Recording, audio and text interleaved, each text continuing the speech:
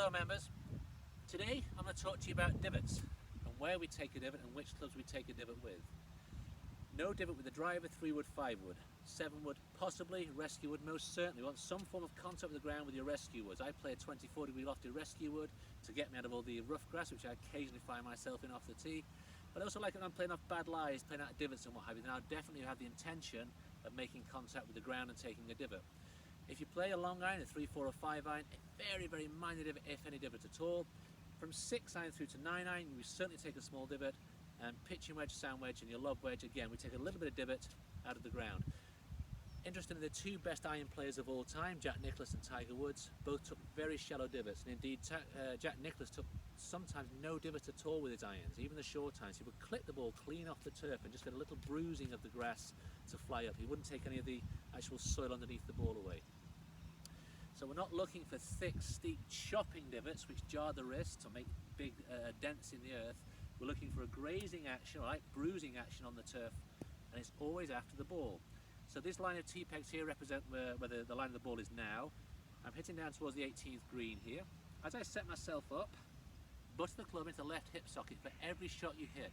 If we have a driver, butt the club left hip socket. If I play a wedge, ball's further back in the stance, but we still have the butt of the club pointing left hip socket. Look at every top player, particularly the iron players, the club shaft leans at address and the butt of the club goes into left hip socket here. So as I set myself up here now, feet at shoulder width distance, club shaft left hip socket, and then give it a go.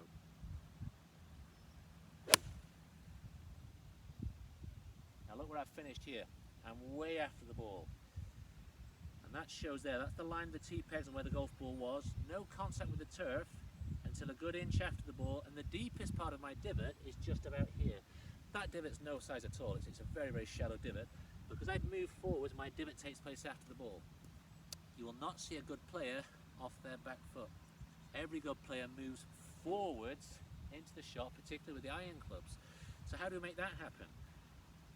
The inclination of the shaft towards left hip socket is the starting point. It predetermines a movement through. If I stand behind here, I'll lean behind. Shaft forwards. In my swing, my right shoulder starts over my right foot and my right knee is inside of that. As I swing back, right shoulder goes behind me, right hip, right side of my body goes behind me. Then on the way through, there's a determined effort to bring that right shoulder over towards my left side. I never want my right shoulder to tilt backwards. That's not a good player's position then. You see good players go low, but through with the right shoulder. Right knee kicks forwards into the left. Again, no hanging back here. So as I set myself up, you can see the lowest part of my divot was here, which is a good 3 or 4 inches after the ball, and I didn't make contact with the turf until about here. You don't want your divot ever before the ball for obvious reasons. Level with the ball isn't great either. After the ball is the optimum way to strike your mid-irons. So driver, 3 wood, 5 wood, no divot. I'm hitting here with a 6 iron, and I took my little divot just after the ball.